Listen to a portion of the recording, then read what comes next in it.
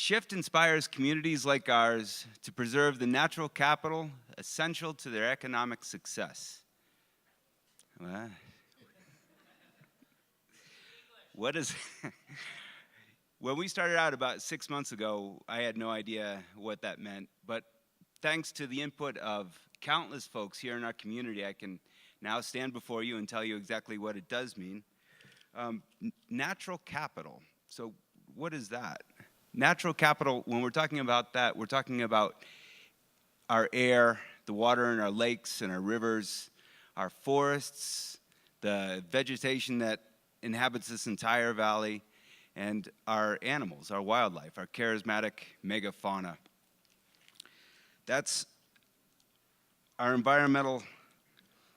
One thing that when we were getting going on this whole thing about 6 months ago, this began in March, so we're coming out of the gates on this one.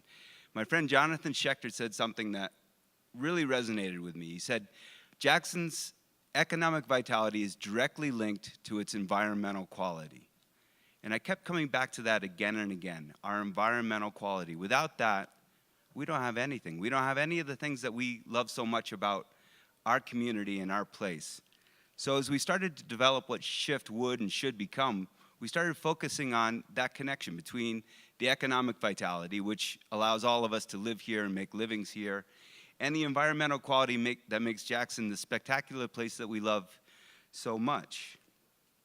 So when we say Shift inspires communities like ours to preserve the natural capital vital to our economic success, what are we talking about when we're talking about community solutions?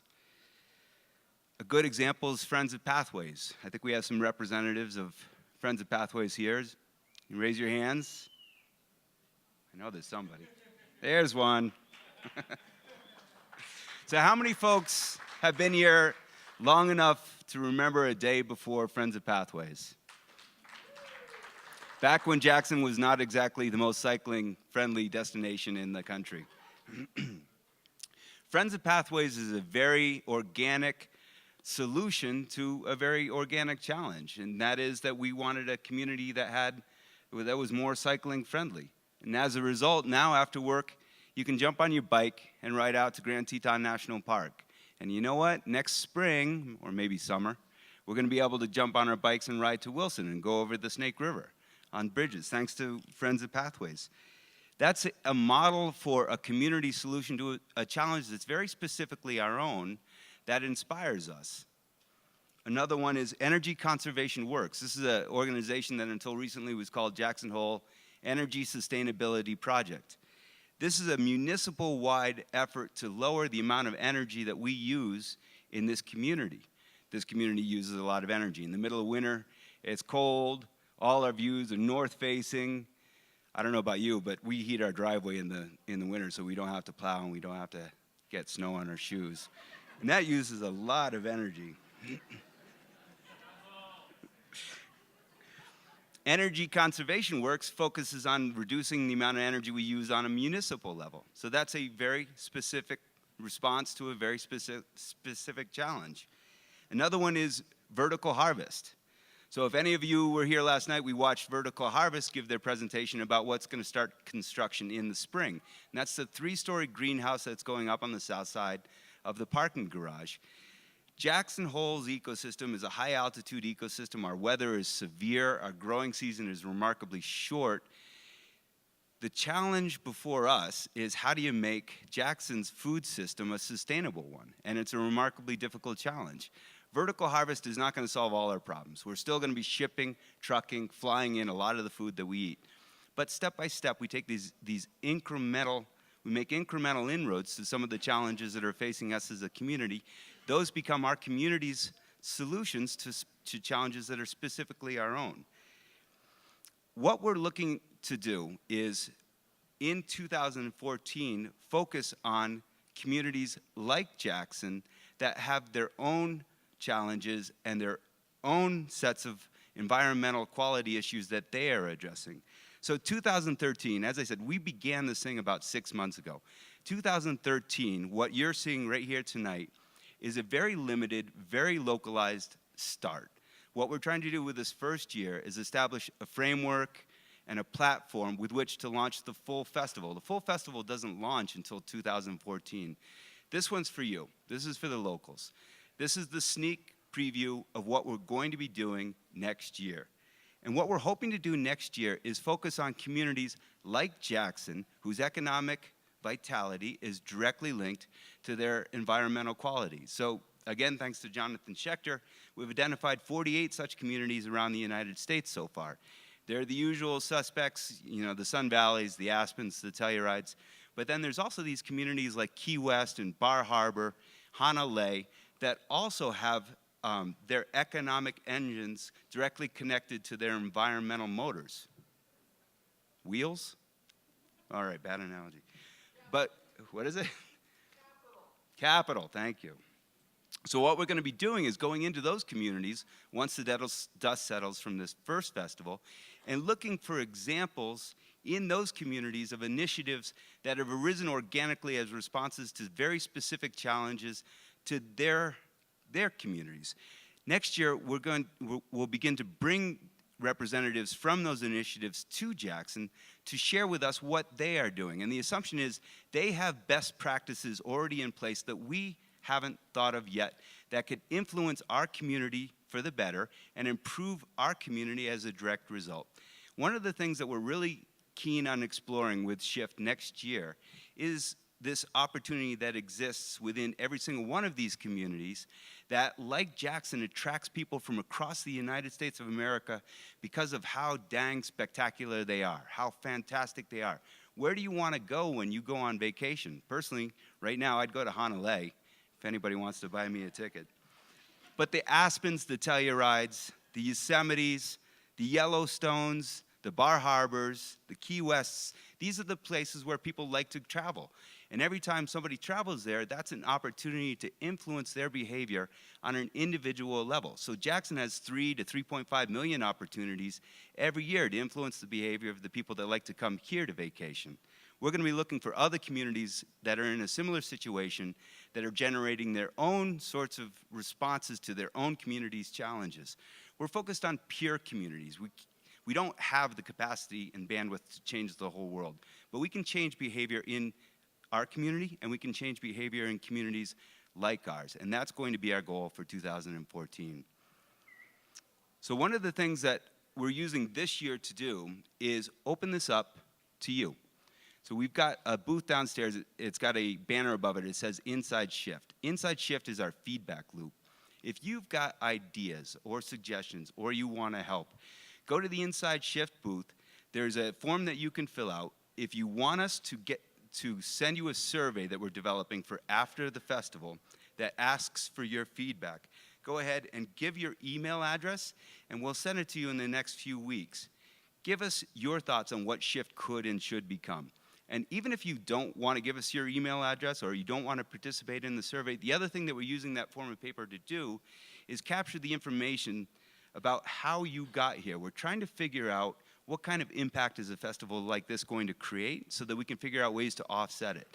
And instead of using an offset program that ends up planting a tree in Louisiana, we're instead going to make a donation when this festival is over to the Teton County Conservation District so that we offset our impact created by this festival, which will probably be small this year, with a reinvestment directly in our own community. We want to try to keep everything here, as much of it as possible is here. So please, participate in the Inside Shift feedback loop and give us your ideas. We're really keen on getting them. So this whole thing is funded thanks to the Jackson Hole Travel and Tourism Board. Do you guys know what that is? So it's they're responsible, they steward 60% of the funds generated by the lodging tax. This is the so-called tax you don't pay. It's a tax on every motel room, hotel room, every stay. When visitors come here, they pay this 2% tax. It generates a lot of money. And that money is used for things like keeping our public restrooms clean, keeping our pathways clear of snow in the winter, extending our START bus route, and opening up this year Yellowstone, the pathway into Yellowstone earlier, which had a direct impact on the tourism as it was trying to come in the spring. So the Travel and Tourism Board is focused on developing Jackson's economy into a year-round economy so that we can all live here more without having to go paycheck to paycheck between October and early December and March and June. One of the things they wanted to do with Shift was to do to October what the Fall Arts Festival did to September, i.e. increase visitation rates. But they're quite conscious of the fact that you can't actually just put a lot of heads in beds and call it good. You have to create something that has a triple bottom line, that reinvests back into our community at the same time that it fortifies the environment in which it exists. So that's what we're trying to do with Shift. In order to make something that's actually relevant to the greatest number of people possible, we looked at a very simple fact.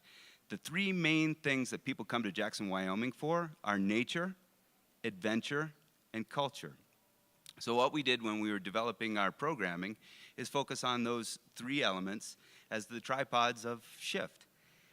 In order to get people into rooms, we looked around and tried to figure out, well, what are the main reasons that people actually want to get together in a festival setting in the first place? So based on that, we developed a program that last night was all about food and food sustainability systems, how to make Jackson Hole's food system a sustainable one. Tonight is the one that I'm most passionate about. This is why I moved to Jackson. I came here 20 years ago to climb. And as I've been here over the course of 20 years, I've gotten a lot older and slower and shorter and fatter.